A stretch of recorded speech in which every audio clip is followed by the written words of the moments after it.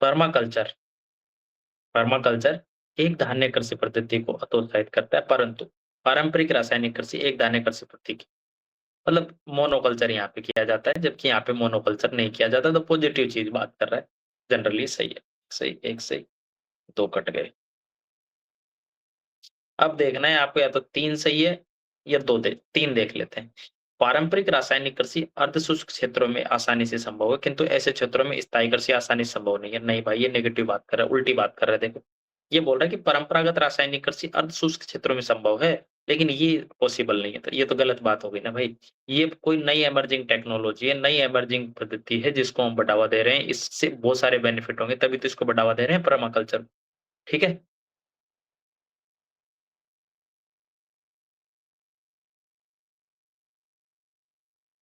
ठीक है? तो 3 तो पक्का गलत है, 3 पक्का गलत है, 3 पक्का गलत है। तो या तो ये सही है, ये सही है, इसको हम पहले ही काट चुके हैं, तो 1 तो पक्का आंसर था ही, तो हमारा आंसर इस ठीक है। ठीक है? ईज़ी क्वेश्चन था, कोई दिक्कत नहीं थी।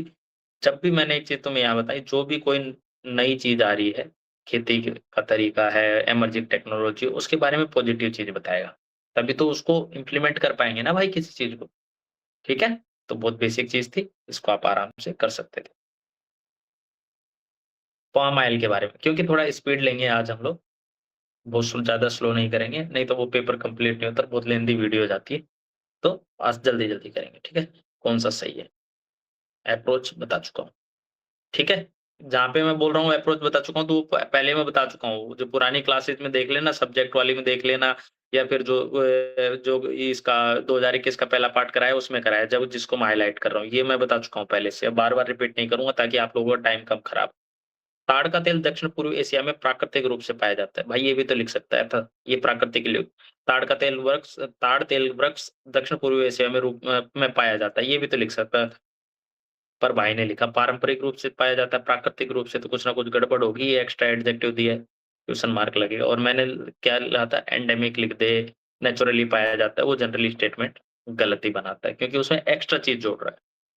ताड़ तेल लिपस्टिक इत्र बनाने के कुछ उद्योगों के लिए कच्चा माल है। हाँ भाई, कुछ उद्योगों के लिए, हो सकता है।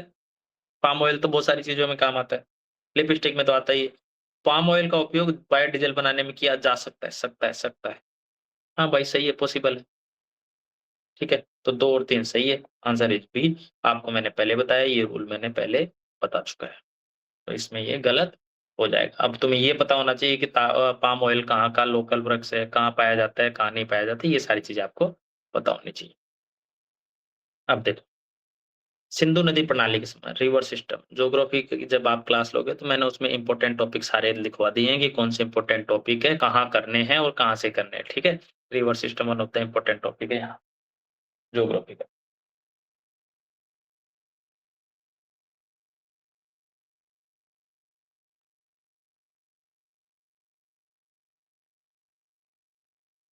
हुँ, तो निम्नलिखित में से 4 नदियाँ 3 नदियाँ इनमें से किसी एक नदी में मिलती है। पूरा पूरा देखो, जब भी क्वेश्चन पढ़ो ना पूरा ढंग से पढ़ना, तुम्हें आंसर उसी में मिल जाएगा।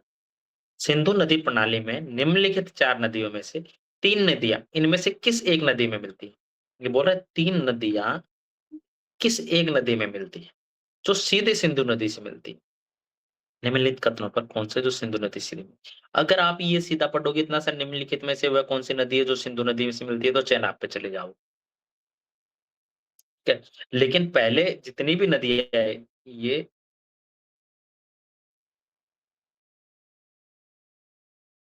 तो सबके आंसर है सतलुज बिकॉज़ ऑफ दिस ये वर्ड ये 3 नदियों से।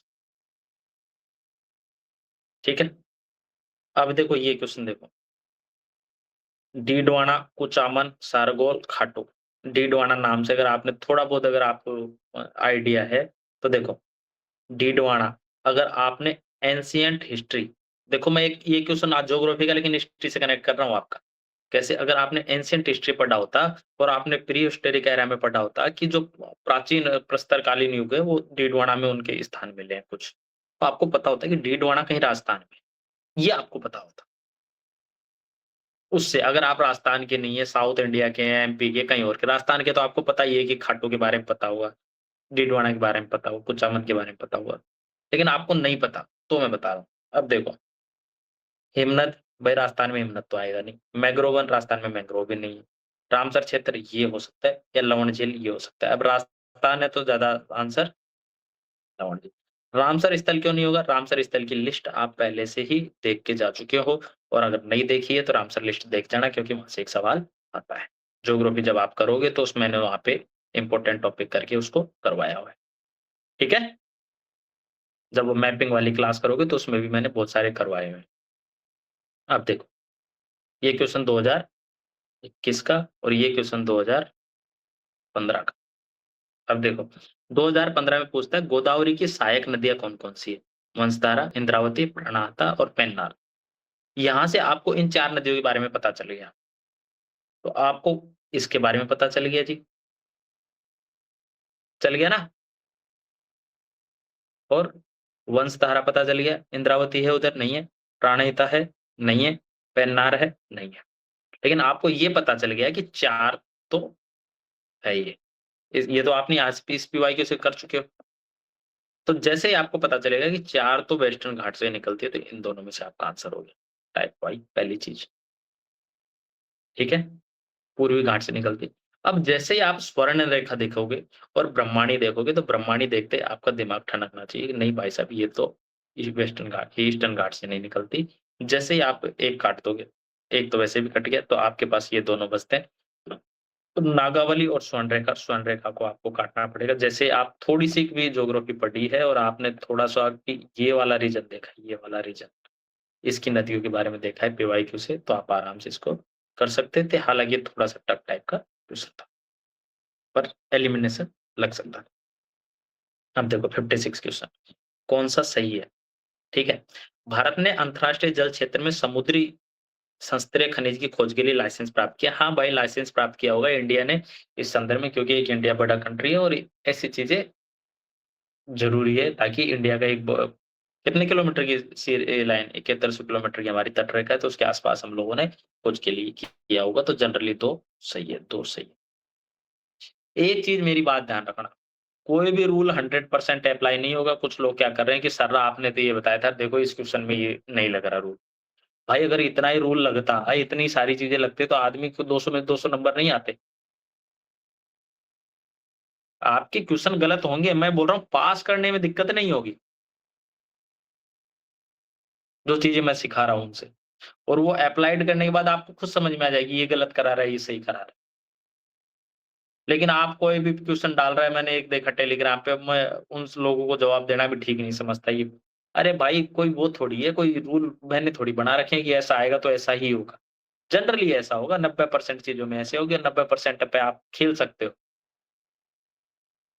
इसमें नहीं कि सर ये तो मतलब रूल ही लिखा हुआ है, ऐसा नहीं है और ऐसा है तो मैं तो मानूँगा ही नहीं।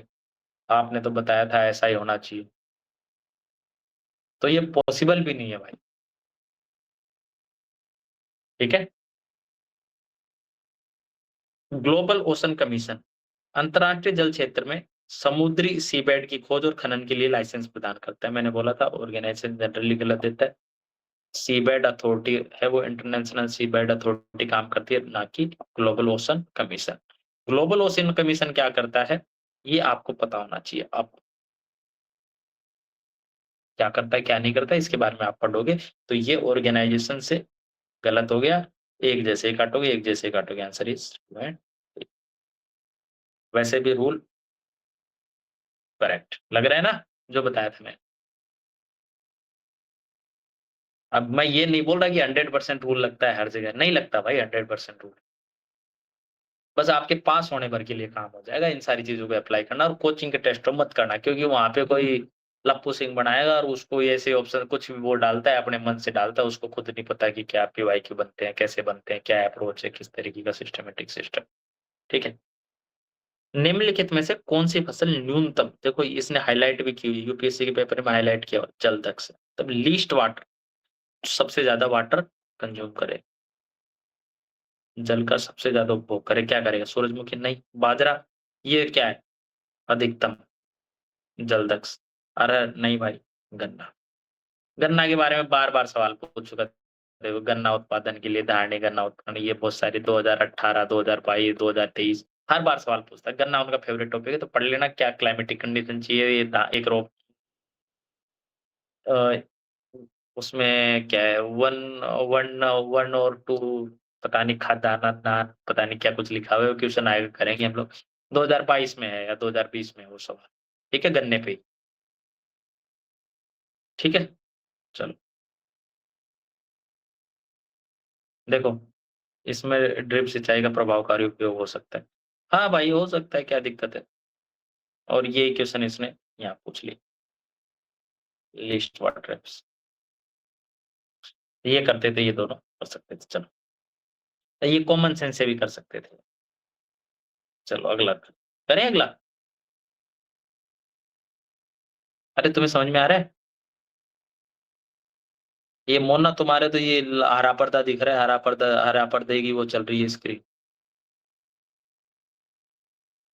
अमनप्रीत तो एकदम हक्का मुक्का दिखा रहा है, पता नहीं किसी सर्वर मारने के फिराक में।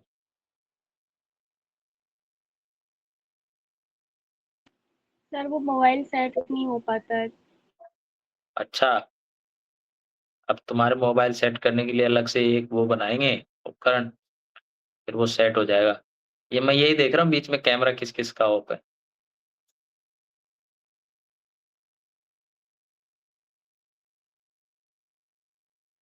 चलो भी ठीक। उष्णकटिबंधीय क्षेत्रों में व्यापारिक पवन का प्रभाव के कारण पूर्वी खंडों की तुलना में महासागरों के पश्चिमी खंड अधिक उष्ण होते हैं। ज्योग्राफी का कंसेप्ट पढ़े हैं? कई बार मुझे ऐसा लगता है ना कि मेरे को टाइम पेपर लगाने में इसलिए लगता है क्योंकि मैं पूरा कंसेप्ट समझाने लगता हूँ।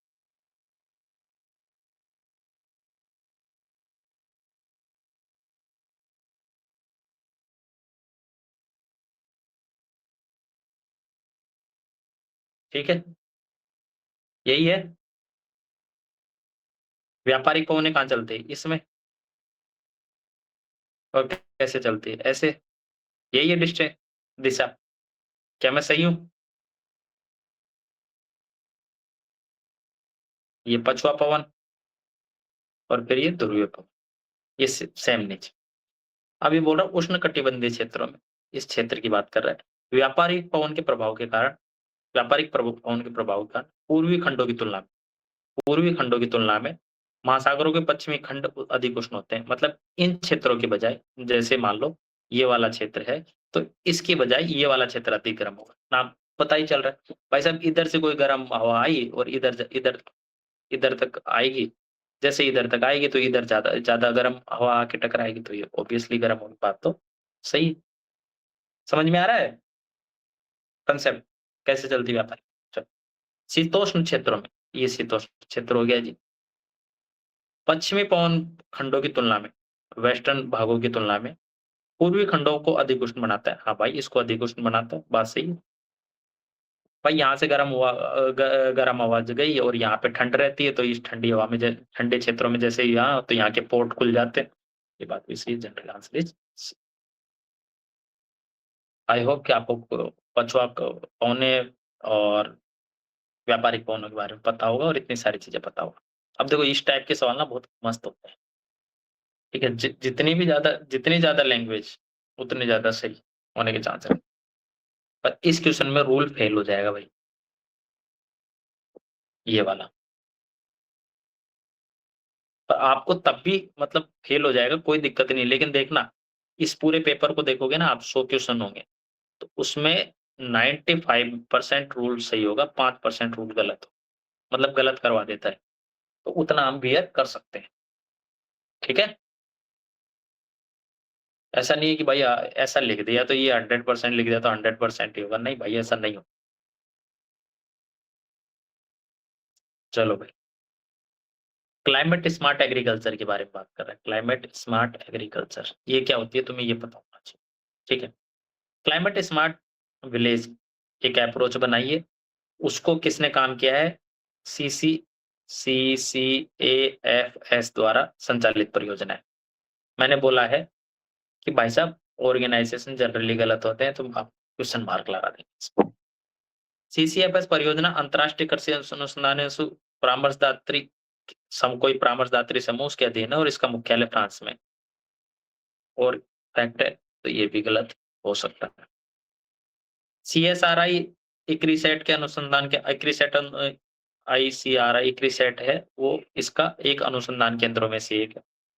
में से एक है, तो मैंने बोला ये तो पक्का सही है। में से एक है, मतलब 3 वाले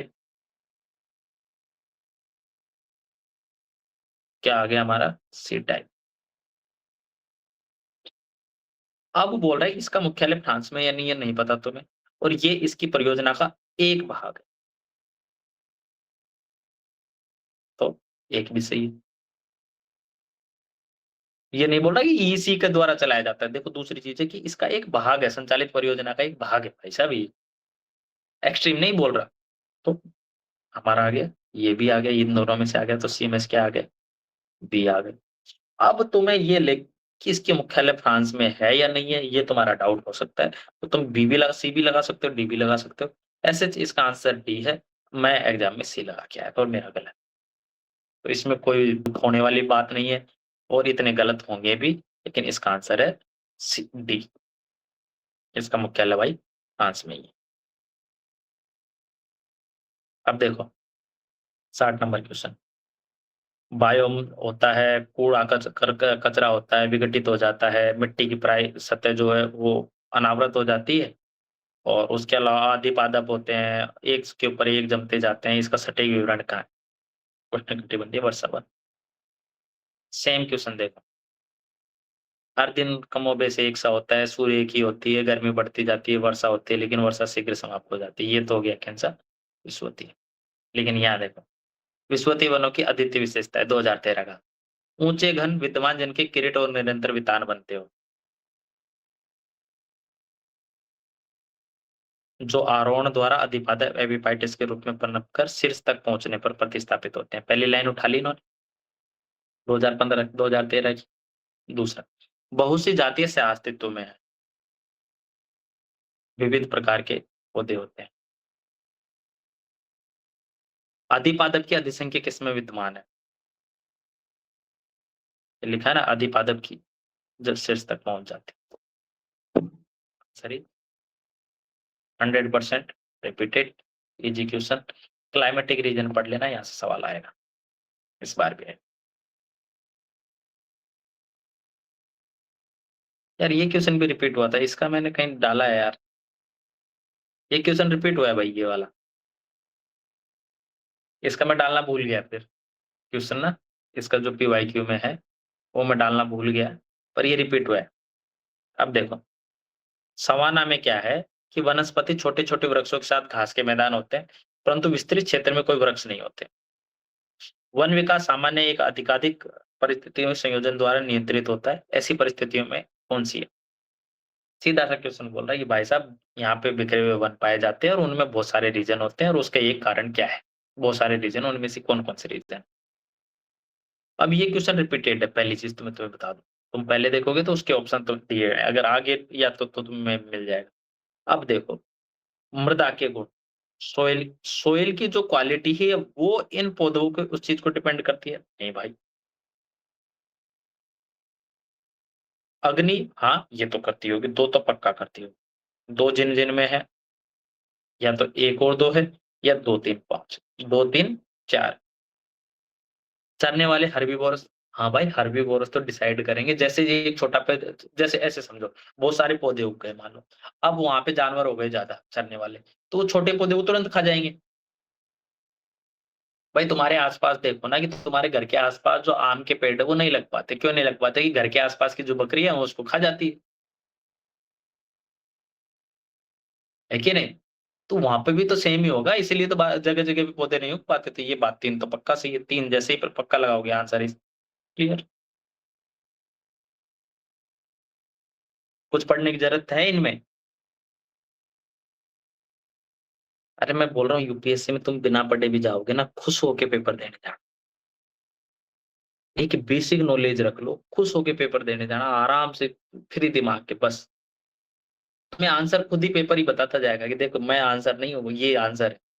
भाई मौसमी वर्षा तो डिसाइड करेगी ना, अगर वर्षा ही डिसाइड नहीं करेगी तो क्या करेगा? 100% 4 तो ऑप्शन में होगा ही होगा, जैसे ही आप 4 लगाओगे।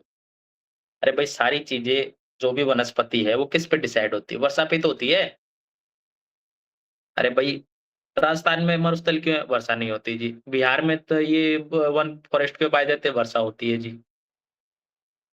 तो वर्षा तो होगा ही होगा, 4 तो होगा ही होगा, 4 होगा, 4 होगा। 2 ही ऑप्शन है बस दोनों में से। और इसमें मृदा के गुण है, तो इसको तो काट ही सकते हो। ये तो डिसाइड करेगा ही, 3 तो होगा ही होगा। जैसे 3 पे जाओगे आंसर इज सी।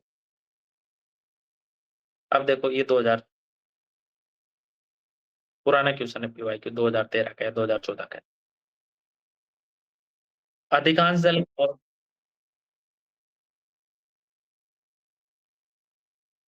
अधिकांश जल कहाँ बोल रहा है?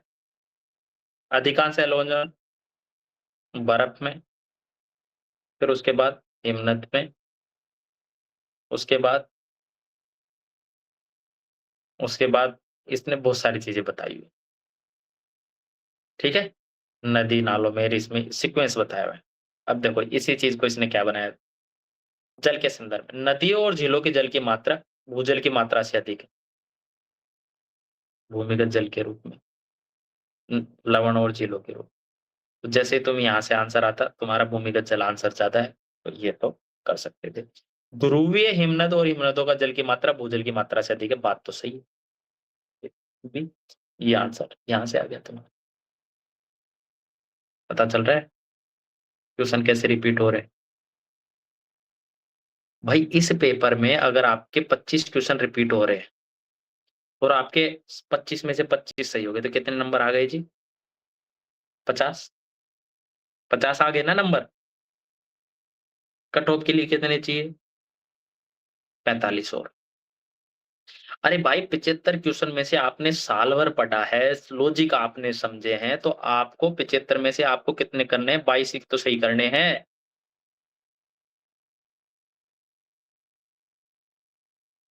अगर इनमें 50-50 भी सही भी करोगे, 50 गलत भी करोगे, तो भी पास हो तुम। तुम्हें ये क्यों नहीं समझ में आ रहा जीएस में? पर पहले इन 25 को तो सही करो। इसकी अप्रोच तो समझो। इन 75 में से आपने 75 क्वेश्चन में अगर आपके 35 सही है और 40 गलत है, तो भी आप पास हो।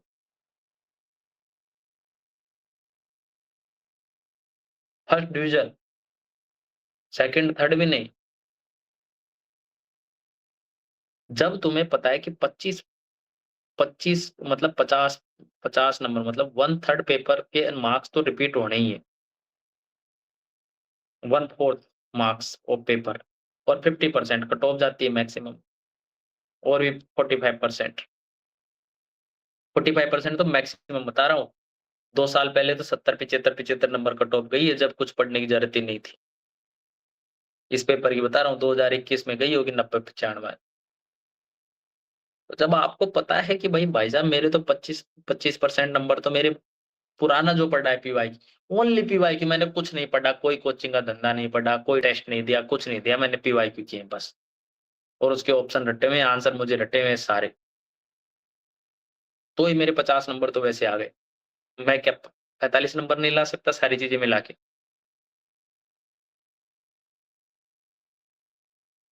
अरे क्या इतना टफ है क्या पीटी पास होना? कितने लोगों को लगता है कि तुम में से पीटी पास नहीं हो पाएगा? मुश्किल लग रहा है इस बार भी थोड़ा। किसी को नहीं लग रहा, सब कॉन्फिडेंट हो गए एकदम आग लगा दूँ। हाँ, हाँ, ये ईमानदार लोग हैं भाई। 2 लोग, मोना, तरुण, और बताओ। खड़े करो हाथ जल्दी-जल्दी। Deepak very good, Arshita very good, Abhay Gupta, ठीक है, 6, 3, 6, और बताओ, और कर खड़े करो हाथ। ये 6 ही लोग हैं बस जिनको लग रहा है कि पीटी थोड़ा मुश्किल, बाकी सब पास हो जाएँगे। पक्का 6 ही लोग हैं, और कोई है ही नहीं। Very good Gautam, very good. हाँ, ये ईमानदार लोग हैं, इन्हीं की तलाश है मुझे। और बताओ, और खड़े करो हाथ।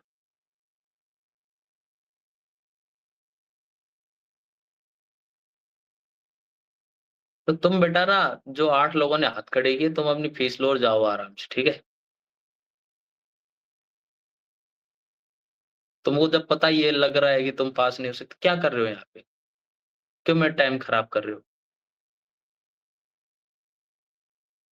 जब तुम्हें इतनी क्लास करने के बाद यही नहीं समझ में आया कि अभी बता रहा हूँ कि भाई 50 50 नंबर तो आपके पीवाईक्यू में से आ जाएँगे और 45 नंबर लाने हैं जी आपको 75 क्वेश्चन में से। 22 क्वेश्चन सही करने हैं 75 में से। वो आपसे नहीं हो पा रहे, क्या कर रहे हो यहाँ पे? जाओ। क्यों बिना काम में अपना टाइम खराब कर रहे हो, अटेम्प्ट खराब कर रहे हो? तैयारी छोड़ दो। ऑनेस्ट सलाह है मेरी बहुत सारे लोगों को, तैयारी छोड़ देना। कुछ नहीं रखा है मतलब ये करियर बर्बाद करेगा आपका और कुछ नहीं करेगा जिन लोगों को कॉन्फिडेंस है नहीं। क्यों अपना और अपने घरवालों की उम्मीदों को खराब कर रहे हो भाई? तुम कर सकते हो तो करो, नहीं कर सकते हो लिव इट। कोई बिना बिना काम के एक्सपेक्टेशन बाँध के रखा होगा। कम से कम दिमाग में क्लियर रखो कि क्या मैं कर सकता हूँ, तो मैं करूँगा। मैं नहीं कर सकता, छोड़ दो। तुम बहुत अच्छा कर सकते हो और दूसरे फील्ड में जाके।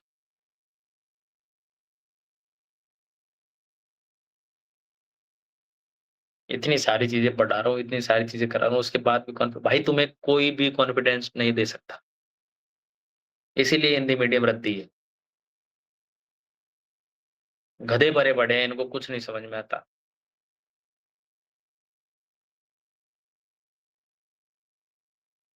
और ऐसा ही रहेगा रिजल्ट अगले 10-20 साल तक क्योंकि ऐसे तुम्हारे जैसे लोग हैं जो उनको समझ में आता ही नहीं करना क्या है,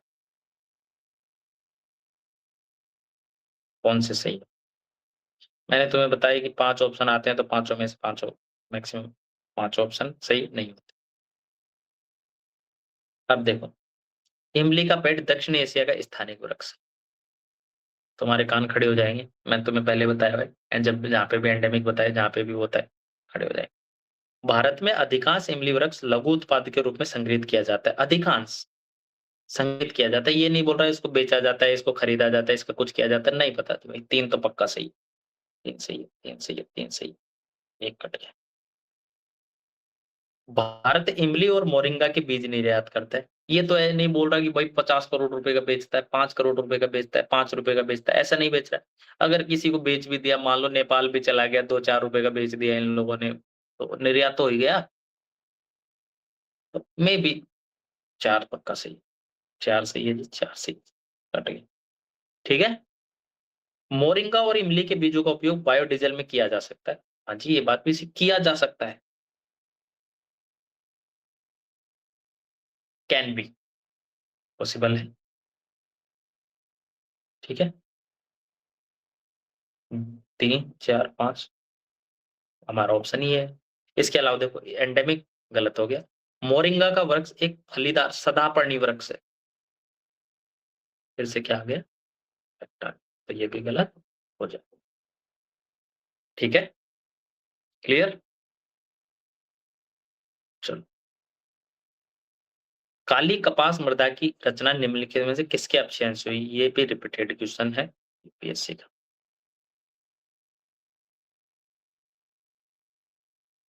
ठीक है? ये तुम्हें पता होगा कि ज्वालामुखी चट्टान से बनी। ठीक है? सेल और चूना पत्थर कैसा होता है? व्हाइट। तो ये तो आंसर ही नहीं है। ग्रेनाइट और शिस्ट हटाओ। भूरी, नाम से भूरी बोल रहा है, भूरी वन मृदा और उससे काली मृदा बनी। 2 ऑप्शन तो वैसे ही काट दोगे। अरे तुम्हें मान लो ये आंसर ही नहीं आता। मैं तो जीवन में कुछ पढ़ा ही नहीं, मुझे नहीं पता काली मिट्टी किससे बनती है।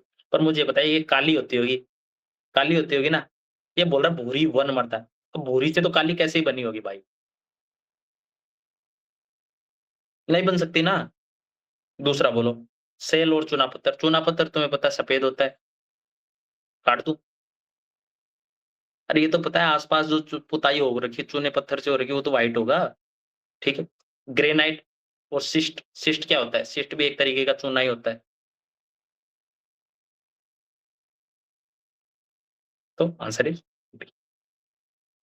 ठीक है भाई, जिसका कोई इश्यू है, वो जाना चाहता है, जा सकता है, रिकॉर्डेड मिल जाएगा ये, ठीक। रिकॉम्बिनेंट वेक्टर वैक्सीन के बारे में बात कर रहे हैं भाई। निम्नलिखित कथनों पर विचार कीजिए। रिकॉम्बिनेंट वेक्टर वैक्सीन कौन-सा सही है? इन वैक्सीनों के विकास में आनुवांशिक इंजीनियरिंग का प्रयोग किया जाता है। अरे भाई नाम से पता चला रिकॉम्बिनेंट वेक्टर वैक्सीन। रिकॉम्बिनेंट से पता ही चल रहा है कि जेनेटिक इंजीनियरिंग का प्रयोग किया जाएगा। इसमें कुछ है, कोई टेक्निकल चीज़ है? कोई ऐसी चीज़ है जो तूफ़ानी बोल रहा है कि इसमें 4 इंच की जो सिरिंज है उसका प्रयोग किया जाता है और उसमें नाक का खून लिया जाता है या कान की दवाई, कान की को निकाल के उसमें डाला जाता है, ऐसा तो कुछ बोल नहीं रहा। मतलब जेनेटिक इंजीनियरिंग का प्रयोग किया जाता है। हाँ भाई, किया जाता है। जीवाणु और विषाणुओं का प्रयोग रोगवाहक के रूप में किया जाता है। हाँ भाई, किया जा सकता है, क्या दिक्कत है? Recombinant DNA. और ये मेरे हिसाब से बेसिक वो है, तो आपने इतनी पढ़ी हो। C answer. Science tech all of above syndrome. अब देखो 2020 का क्वेश्चन। प्रो न्यूक्लियर ट्रांसफर के संदर्भ में किस लिए होता है? प्रो न्यूक्लियर ट्रांसफर क्यों होता है? प्रो न्यूक्लियर ट्रांसफर इसलिए होता है कि भाई साहब, जो संतान में है उसमें माइटोकॉन्ड्रियल जो डिजीज होती है उसको समाधान करने के लिए होता है। ये 2020 का सवाल है जी। ठीक है, आपको ये पता चल गया। अब यहाँ पे जैसे माइटोकॉन्ड्रियल डिजीज पता होगा, आपको पता होगा कि 100% मदर से ट्रांसफर होता है। ये भी आपको यहाँ पता लग गया होगा। चलो इस सवाल को करते हैं। किसी संतान में सूत्रगणिका रोग माइटोकॉन्ड्रियल डिजीज आनुवांशिक रूप से पूर्णतः माता से जाता है, न कि पिता से। बात सही है? यहाँ से पढ़ चुके हो आप। पूर्णतः। हालांकि ये आपको एक्सट्रीम लगेगा, लेकिन इसको मैं बोलता हूँ ओड फैक्ट। ये आप हमेशा नोट करके रखना, जहाँ पे भी आपको इस चीजें लगे ना कि एकदम एक्सट्रीम गलत हो सकती है, लेकिन ये बात सही है, उसको अपने साथ नोट कर लेना। उसको ओड फैक्ट बोलते हैं, जो तुम बाद में पूछते हो। इन विट्रो निषेचन में या तो पहले या बाद में माइटोकॉन्ड्रियल रिप्लेसमेंट चिकित्सा द्वारा माइटोकॉन्ड्रियल डिजीज को माता-पिता की संतान में जाने से रोका जा सकता है। ये पहले भी किया जा सकता है, बाद में भी किया जा सकता है इन विट्रो फर्टिलाइजेशन। ठीक है भाई, आंसर इज सी। दूसरा बाल गॉड 1, पोल गॉड 2। ये भी रिपीटेड क्वेश्चन है पीवाईक्यू का। जैसे ही आप जीएम फसलें पढ़ोगे, जीएम वाला सारी चीजें पढ़ोगे, आराम से ये कर चुके हो।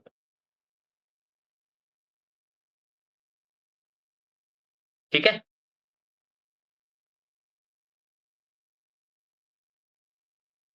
चलो भाई। अब इस टाइप के क्वेश्चन ना, ये टाइप टी वाले क्वेश्चन है और ये जनरली कई बार गलत हो जाते हैं। लेकिन साइंस एंड टेक का ये सवाल है और ये बोल रहा है कि किस पर निर्भर करता है, तो आपको ऑल ऑफ अबव पे जाना है। हालाँकि इसमें रूल लगा है ये वाला। जब ये अभी साइंस एंड टेक के ना मैं वीडियो डाल दूँगा आपको बहुत जल्दी, मतलब नेक्स्ट वीक में साइंस टेक के वीडियोज़ में डाल दूँगा, अपलोड कर दूँगा नए वाले। तो वहाँ से उनको देख लेना, वहाँ पे भी मैं सारी चीज़ें करवाऊँगा, ये सारी चीज़ें। पर ये देखें, ढक्कन का भाग, ज्वाला का तापमान और ढक्कन की स्थिति का क्षेत्रफल। हालाँकि तीनों आंसर होने चाहिए थे, लेकिन यूपीएससी ने इसको मेरे हिसाब से बी या सी आंसर दिया है, कुछ मुझे याद नहीं है। लेकिन 2 ही आंसर दिए, तो इस टाइप के क्वेश्चन गलत होंगे, तो इनकी टेंशन नहीं लेनी है भाई। अब देखो, निम्नलिखित में से किसे कृत्रिम माध्यम से संवर्धित किया जा सकता है? 100% पीवाईक्यू रिपीटेड।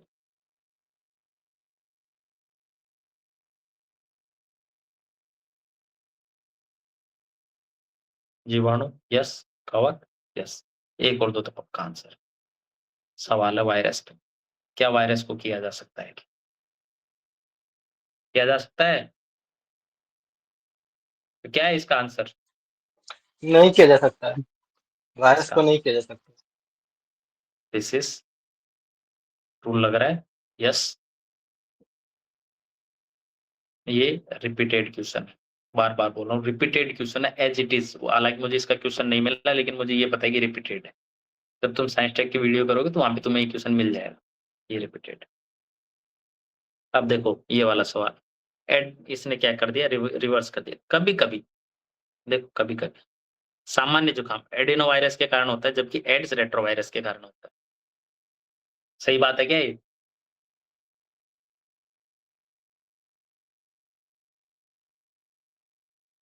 यस सर, सही बात है।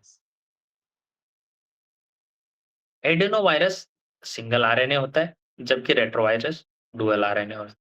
नाम से पता चल रहा है एडिनो और रेट्रो। इसने इसको रिवर्स कर दिया। ठीक है? तो आंसर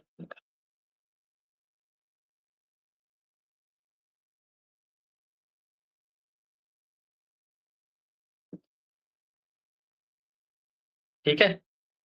किसी अन्य जीव द्रव की अपेक्षा अधिक पदार्थ को घोल सकता है, क्योंकि द्विध्रुवीय होता है भाई, बेसिक बेसिक चीज़। अब ये देखो, वन लाइनर था, वन लाइनर। सर 70 नंबर वाला सर पहला कैसे सर समझ नहीं आया सर।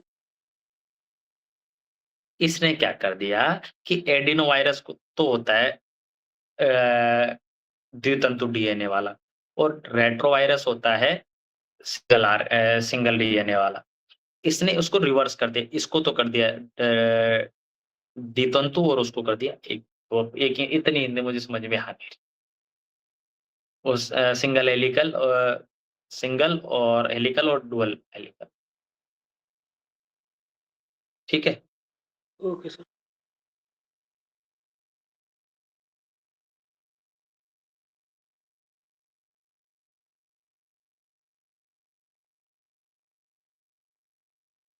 एक मिनट ना, चल नेक्स्ट चलते हैं।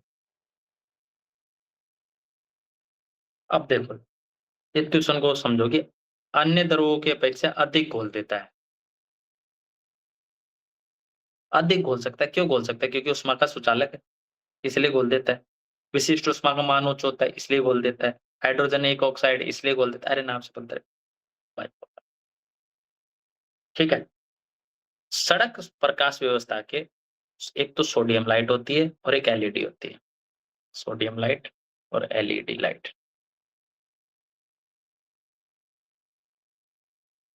ठीक है।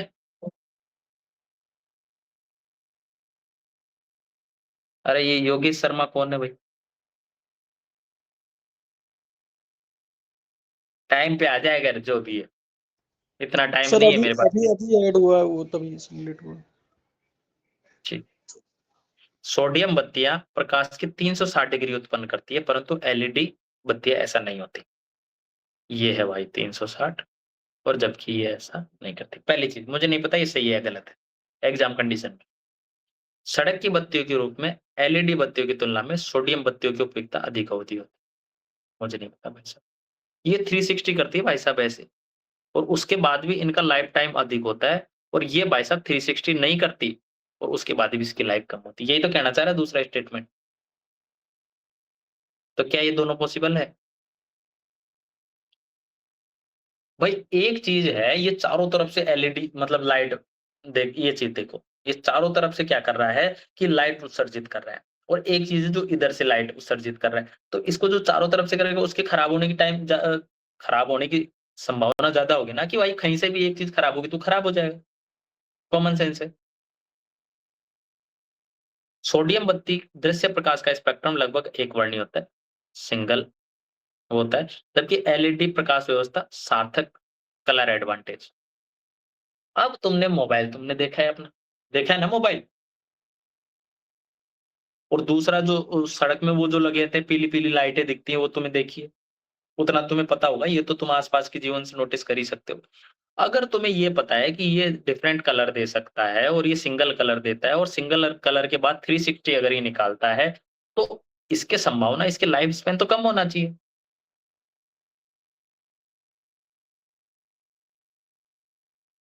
है कि नहीं?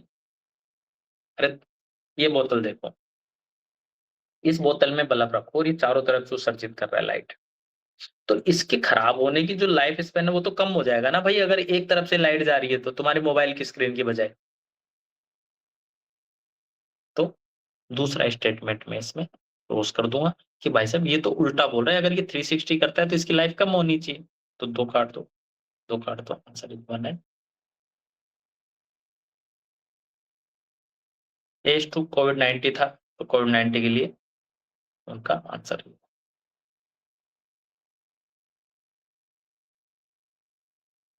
बिस्फेनोल चिंता का कारण है, किसके कारण मुख्य प्लास्टिक उत्पादक मुख्य घटक है? बिस्फेनोल ए।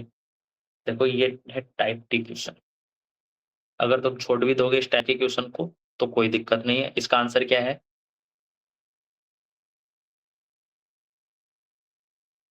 ये है ना, मेरे हिसाब से सी है ना इसका आंसर, या बी है? Polycarbonate, polycarbonate. पॉलीकार्बोनेट। तो पर आपको ये पता होना चाहिए कि ये पॉलीएथिलीन ट्रिप्थलेट क्या होता है और पॉलीविनाइल क्लोराइड क्या है और ये पॉलीथीन क्या है। ये तो होगा ही नहीं पॉलीथीन, लो डेंसिटी वाली पॉलीथीन, ये तो किसी ने पहले ही हटा चुका। ठीक है। ट्राइक्लोसन, कोई चीज है, सर्वाधिक संभावना है कि जिसके लंबे समय तक उच्च स्तर प्रभाव रहने का कारण हानिकारक माना जाता है। कोई ऐसी चीज है, अगर इसके प्रभाव में कोई चीज ज्यादा समय तक रहे ना, तो वो खराब हो जाती है, उससे हानिकारक माना जाता है भाई साहब उस चीज को। अब ऐसी चीज समझो, खाद्य परिरक्षक होगा क्या ये? खाद्य परिरक्षक का मतलब क्या है कि भाई साहब ट्राइक्लोसन नींबू का अचार है और नींबू का अचार में ट्राइक्लोसन डाल दिया। अरे भाई इसीलिए तो डाला है कि खाद्य परिरक्षक ही अगर वो चीज है तो लंबे समय तक बनाने के लिए तो है। भाई खाद्य परिरक्षक किस चीज में काम आता है कि उस चीज को लॉन्ग टर्म तक हम यूज कर सकें। यही तो है उसका मतलब। तो ये तो आंसर नहीं हो सकता। नहीं हो सकता ना? अरे यार किसको पढ़ा रहा हूँ मैं, तुम लोग क्लास में हो कि नहीं? यस सर, वो नहीं हो सकता। अरे गर्दन हिला दो, मुंह से मत बोलो। सर एक बार रिपीट कर दीजिए।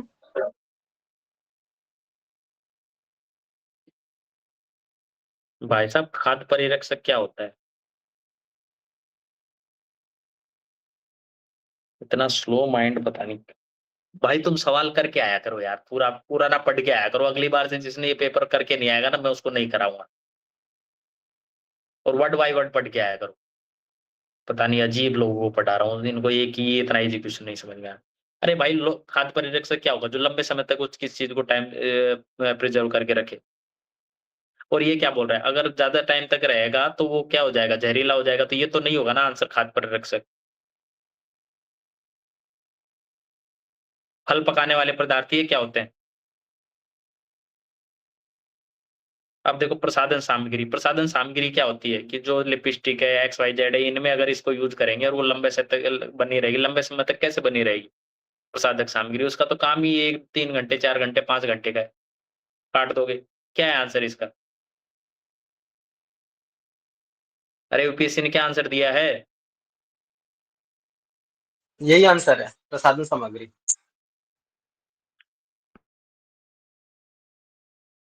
आंसर बी है या डी है? डी है sir. D D D D है सर। प्रसाधन सामग्री। ठीक है। तो ये देखो फल पकाने वाले पदार्थ, पकाने के लिए आप क्या चीज यूज कर सकते हो?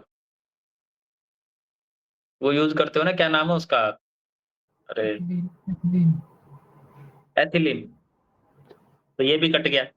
पुनः प्रयुक्त प्लास्टिक के पुनः प्रयुक्त प्लास्टिक के पात्र। अरे भाई पुनः प्रयुक्त तो हो रहा है प्लास्टिक का कोई पात्र, जो दोबारा प्रयुक्त हो रहा है, तो उसको उसमें कैसे रहेगा ट्राइक्लोसन? अगर कोई दोबारा यूज कर रहा है कोई प्लास्टिक की चीज, तो उसको खुद तो ठीक करके आएगा। अब ये बचता है प्रसाधन सामग्री। अब या तो लॉन्ग टर्म तक इसमें रहे, या आपके पास ये बचता है या बचता है। तो टाइप बी या टाइप वाई में से आपको एक करना है। अब इसको आप कैसे काटते हो या इसको काटते हो, डिपेंड करेगा। आप बोल रहे हैं खगोलीय दूरियां प्रकाश वर्ष में मापे जाने का निम्नलिखित में से कौन सा कारण है? कि भाई साहब क्यों प्रकाश की गति एक समान रहती है? एकदम इजी क्वेश्चन है, एनसीईआरटी में दिया हुआ है, कुछ पढ़ने की जरूरत। अब पॉलिटी के सवाल आ गए, देखो इनको बहुत आराम से करते हैं। हमने ब्रिटिश मॉडल पर आधारित संसदीय लोकतंत्र को अपनाया, किंतु हमारा मॉडल किस प्रकार भिन्न है उनसे? किस प्रकार भिन्न है? सही चूज करना है। भारत में संसद के किसी अधिनियम में के संशोधन की संवैधानिकता के संदर्भ के मामले उच्चतम न्यायालय द्वारा संविधान पीठ को भेजे जाते हैं। बात सही है क्या ये?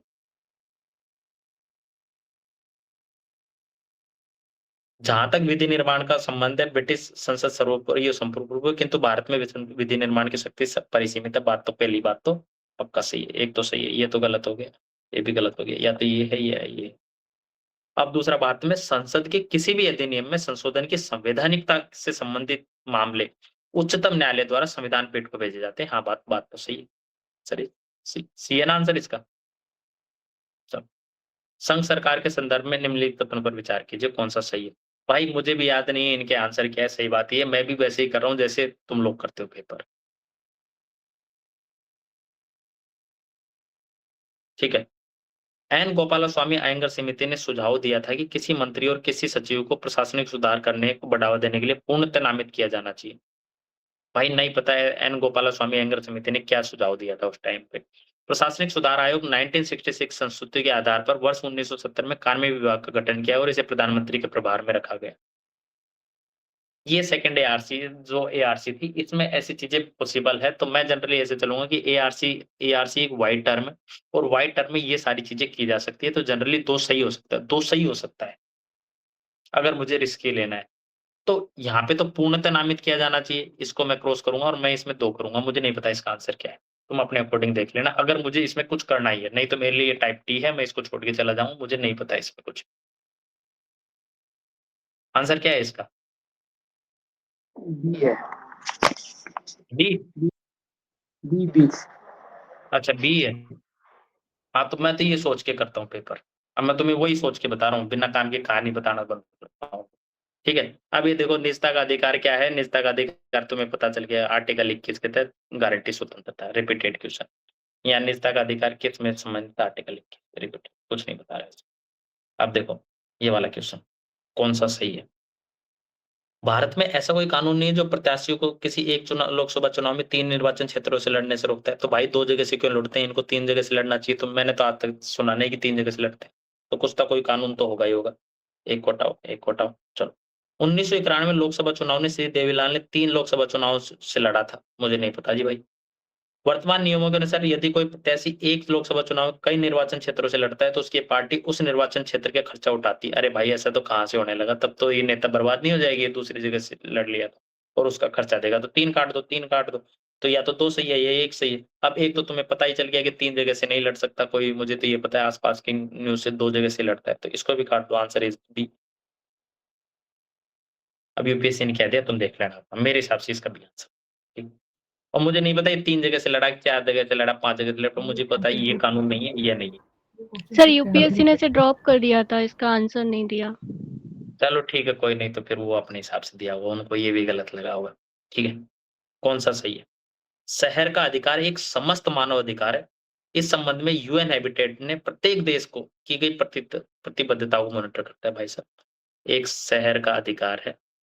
यूएन हैबिटेट ये नहीं करता कि इसको चलाता है, वो क्या करता है कि अगर कोई देश इसमें प्रतिबद्ध हो जाता है, तो उसको मॉनिटर करता है। सही है जी भाई, पॉसिबल। शहर का अधिकार शहर के प्रत्येक निवासी को शहर के सार्वजनिक स्थानों को वापस रिक्लेम और सार्वजनिक सहभागिता का अधिकार देता है। मैं भी देता हूँ, डिसेंट्रलाइज्ड अप्रोच। शहर का अधिकार का आशय है कि एक राज्य शहर की अनाधिकृत बस्तियों किसी भी लोक सेवा से वंचित नहीं कर सकता। मे बी पॉसिबल है, लेकिन मुझे नहीं पता कौन सा सही है, कौन सा गलत है। अब दोबारा जाता हूँ। अब मैं कहूँगा कि भाई साहब इसमें से मुझे गलत करने हैं। कौन सा सही है? ये तो पहली चीज़ तो हो गया मेरे टाइप टी, मुझे कुछ नहीं पता इसके बारे में। नहीं पता ना? चलो भाई। अब बोल रहा है शहर का अधिकार का आशय क्या है कि राज्य शहर की अनाधिकृत बस्तियों को किसी भी लोक सेवा सुविधा से वंचित नहीं कर सकता। ये भी ऐसा हो। शहर का अधिकार शहर के प्रत्येक निवासी को शहर के सार्वजनिक स्थानों को वापस लेने और सार्वजनिक सहभागिता का अधिकार देता है। अब मेरे पास ले देखिए कौन सा बचता है कि ये एक ऑर्गेनाइजेशन है, इसमें यूएन हैबिटेट, और वो कह रहा है शहर का अधिकार प्रत्येक देश द्वारा प्रतिबद्धता को मॉनिटर करता है। तो मैं इसमें कहूंगा कि भाई साहब ये ऑर्गेनाइजेशन में भी गलत हो या कोई और ऑर्गेनाइजेशन, तो मैं इसको एक को कट करने का ट्राई करूंगा। मेरे पास ऑप्शन है नहीं कुछ। ठीक है, अब बचता है 3 और 2।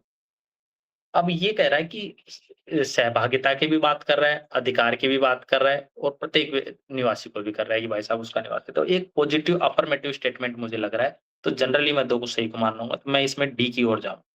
क्या है इसका आंसर? डी है सर। है? डी है। डी है क्या इसका आंसर? हाँ, तो मैं यही अप्रोच लेके चलूँगा क्योंकि यहाँ पे ऑर्गेनाइजेशन है, तो जनरली मैं उसको गलत मान के चलूँगा और ऑप्शन इसने पहले ही क्लियर दिया। भारत के संदर्भ में निम्नलिखित कथनों पर विचार कीजिए। न्यायिक हिरासत का आशय है कि अभियुक्त संबंधित मजिस्ट्रेट की हिरासत में और ऐसे अभियुक्त को पुलिस स्टेशन के हवालात में रखा जाता है, न कि जेल में। देखो, फिर से इसने रिवर्स कर दिया। आपको पता होना चाहिए कि भाई साहब न्यायिक हिरासत क्या होती है, उसके बाद पुलिस स्टेशन क्या होता है, हवालात क्या होती है और जेल क्या होती है। जैसे ही आपको ये पता चल जाएगा, आपको पता लग जाएगी इसने अभियुक्त को पुलिस स्टेशन के हवालात में नहीं, उसको जेल में रखा जाता है, ना कि पुलिस स्टेशन के हवालात में। नाम से ही पता चल रहा है ना भाई। एक है न्यायिक हिरासत, जुडिशियल कस्टडी। अगर जुडिशियल कस्टडी है और एक होती हो गई पुलिस कस्टडी।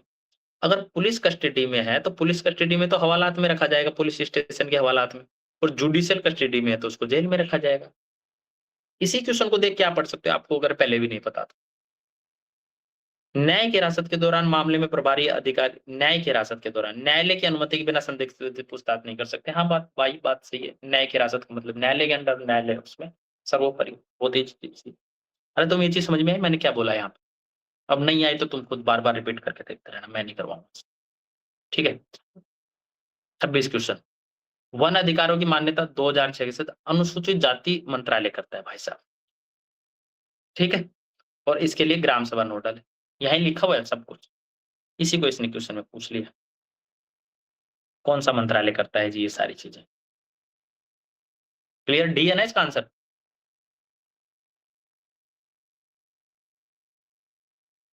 ठीक है, तुम देख लेना 84 का। चलो अब देखो, ये रिपीटेड है तो इसलिए मैं इसको नहीं बता रहा हूं। कौन सा सही है जी? जब एक कैदी पर्याप्त आधार प्रस्तुत करता है तो ऐसे कैदी को पैरोल से मना नहीं किया जा सकता भाई साहब, और वह उसके अधिकार का बात बन जाता है। तो फिर संजय दत्त इतने दिनों से जेल में क्या कर रहा है? क्या कर रहा था? आसाराम बाबूजी क्या कर रहे थे? वो तो बोलते भाई साहब मेरे तो राइट है, मैं तो जा रहा हूँ, मैं तो फिर हनीप्रीत लेने आ गई मुझे, मैं जा रहा हूँ। किसी को सेंटिमेंट हर्ट मत करना, मेरा ऐसा कुछ नहीं। ठीक है, एक पैसे काट दोगे, एक काट दोगे। कैदी को पैरोल पर छोड़ने के लिए राज्य सरकारों के अपने नियम। अब देखो, तो अब एक चीज समझो, ये इसी पेपर के अंदर का बता रहा हूँ। कैदी को छोड़ने के लिए राज्य सरकारों के अपने नियम है। कोई भी कैदी, उसको राज्य सरकार के अपने नियम। और ये यूपीएससी का रिपीटेड क्वेश्चन है। उसने बोला था कि जो जेल है ना वो राज्य सूची का विषय है। उसने रिपीटेड एक स्टेटमेंट दिया था उसने। अगर ये राज्य सूची का विषय है तो अपने नियम होंगे, और अपने नियम होंगे राज्य के, तो भाई साहब एक नागरिक का अधिकार कैसे बन सकता है वो कैदी का? नहीं बन सकता ना। तो एक पैसे कट जाएगा अगर दूसरी, और ये रिपीटेड है।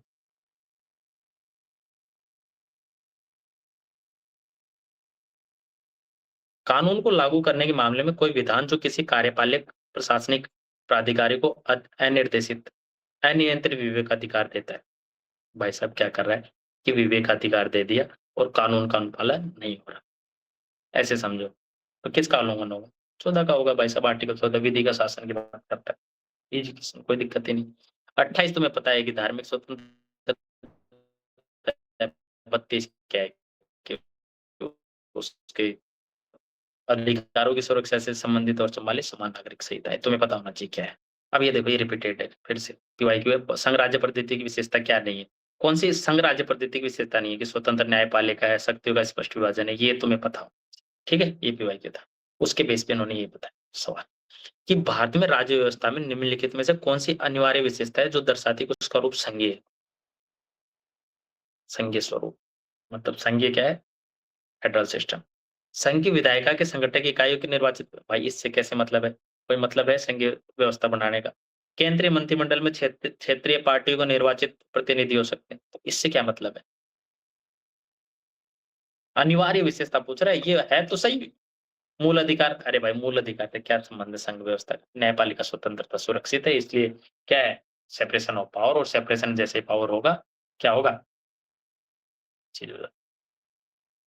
राज्य की परिभाषा क्या है? राज्य की परिभाषा क्या है भाई? राज्य के लिए क्या होना चाहिए? नागरिक होने चाहिए। नागरिक होंगे तो उनकी सरकार भी होगी। सरकार कौन सी होनी चाहिए? संप्रभु भी होनी चाहिए।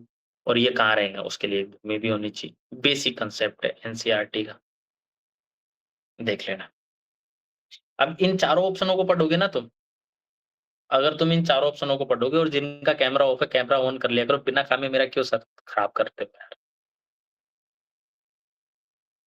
व्यक्तियों का एक समुदाय जो बिना किसी बाह्य नियंत्रण के निश्चित भूभाग पर स्थायी रूप से निवास करता है, जिसकी एक संगठित सरकार। ठीक है भाई। एक निश्चित भूभाग में राजनीतिक रूप से संगठित लोग जो स्वयं का शासन करते हैं, कानून व्यवस्था बनाए रखने और अपने नैसर्गिक अधिकारों को रक्षा करने, अपने जीविका संसाधनों सुरक्षित करने का अधिकार रखते हैं। बहुत से व्यक्ति जो एक निश्चित भूभाग में बहुत लंबे समय तक अपनी संस्कृति परंपरा को, एक निश्चित भूभाग में स्थायी रूप से रहा समाज जिसकी एक केंद्रीय प्राधिकारी हो, केंद्रीय प्राधिकारी के उत्तरदायित्व कार्यपालिका ने, ये भी कोई मतलब नहीं। एक निश्चित भूभाग के राजनीतिक रूप से संगठित लोग जो स्वयं प्रशासन करने, कानून व्यवस्था बनाए रखने और अपने नैसर्गिक अधिकारों की रक्षा करने और अपनी जीविका को साधनों को सुरक्षित करने का अधिकार रखते हैं। व्यक्तियों का एक समुदाय जो बिना किसी बाह्य नियंत्रण के संप्रभुता आ गए ना सारी चीज। भारतीय न्यायपालिका के संदर्भ में निम्नलिखित कथनों पर विचार कीजिए। भारत में राष्ट्रपति की पूर्वानुमति से भारत के मुख्य न्यायमूर्ति द्वारा उच्चतम न्यायालय से सेवानिवृत्त किसी भी न्यायाधीश को उच्चतम न्यायालय के कार्य करने के बुलाया जा सकता है। हाँ भाई, पॉसिबल है। भारत में किसी भी उच्च न्यायालय को अपने निर्णय में किसी भी उच्च न्यायालय को पुनर्नवलोकन करने की शक्ति प्राप्त है, जैसा कि उच्चतम, तो फिर उनको उच्चतम न्यायालय घोषित क्यों नहीं कर देते?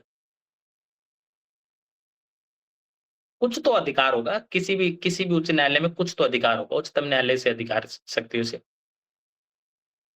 लैंग्वेज पढ़ के समझ में आ जाएगा। तो नागरिकता के संदर्भ में कौन सा सही? भारत में एक ही नागरिकता और एक ही अधिवास है। जो व्यक्ति जन्म से नागरिक हो केवल वही राष्ट्राध्यक्ष बन सकता है, ऐसा तो नहीं है। दो काट तो किसी विदेशी एक बार नागरिकता दे दी, किसी भी परिस्थिति में उसे वंचित नहीं किया जाएगा। पागल हो गया क्या भाई?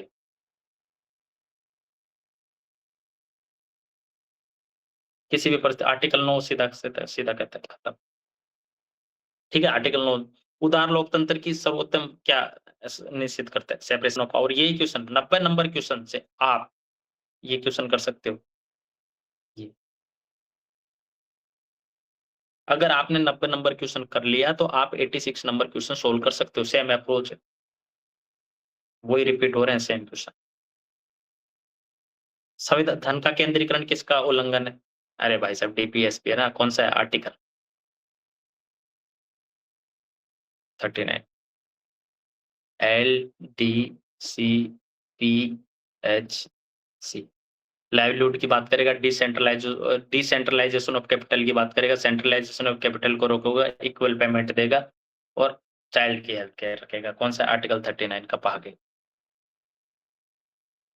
आर्टिकल याद नहीं होंगे ना, तुमको याद करो थोड़े। संपत्ति का अधिकार की स्थिति क्या है? विधिक अधिकार है जो केवल नागरिक को प्राप्त है। विधिक अधिकार है जो किसी भी व्यक्ति को प्राप्त है। मूल अधिकार है नहीं भाई, न तो मूल अधिकार है न विधिक अधिकार है, नहीं भाई। संपत्ति का अधिकार क्या है? विधिक अधिकार जो किसको प्राप्त है? विधिक। केवल नागरिकों को या सभी को?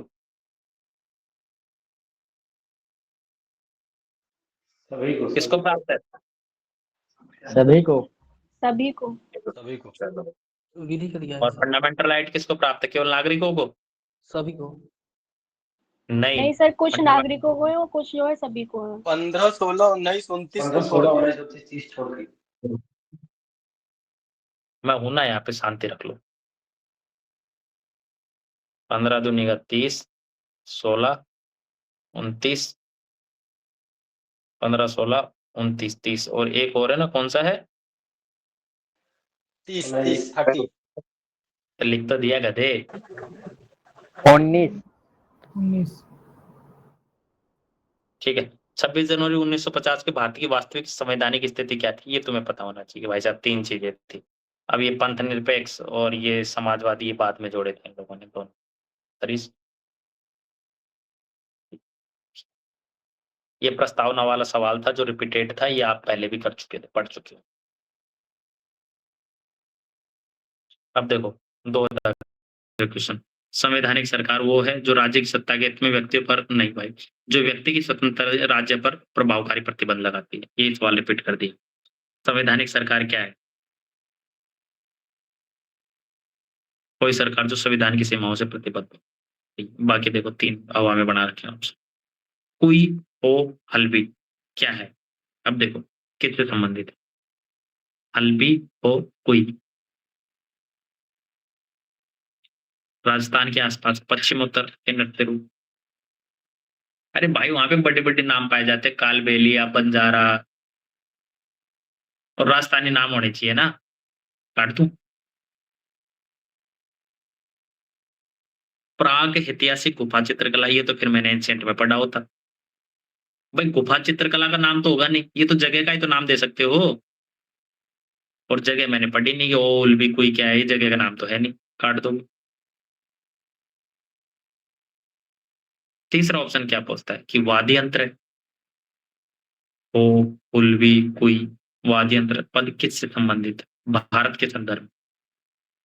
अब ये भारत के संदर्भ में ये नेपाल में भी तो बजाया जा सकता है ये वाद्यंत्र अगर यहाँ बजाया जा रहा है तो। यहाँ पे क्यों लिख रहा है भारत के संदर्भ में? जनजातीय भाषा answer is D. Bharat Ratna और पद्म पुरस्कारों के संदर्भ में बात कर रहा है भाई। किसी वर्ष विशेष में भारत रत्न पुरस्कार अधिकतम से 5 तक पूछ रहा है, गलत कौन से, सही नहीं कौन से।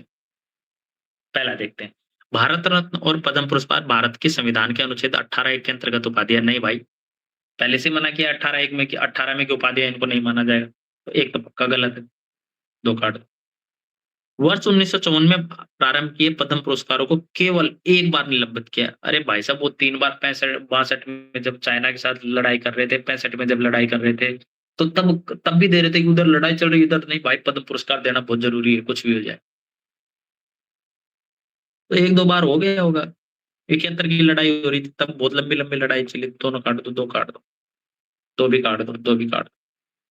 तो अब जिन में ये या तो ये भी हो सकता है या 1 और 2 दोनों गलत है, ये भी हो सकता है, ये दोनों कट गए, बी पे आ गए। किसी वर्ष विशेष में भारत रत्न पुरस्कारों की अधिकतम संख्या 5 तक सीमित है, और भाई 6 आदमी हो गए तो जनरली टी लगा के आंसर इज बी। यहाँ पे रूल क्यों नहीं लगेगा? क्योंकि इसने नेगेटिव पूछा है।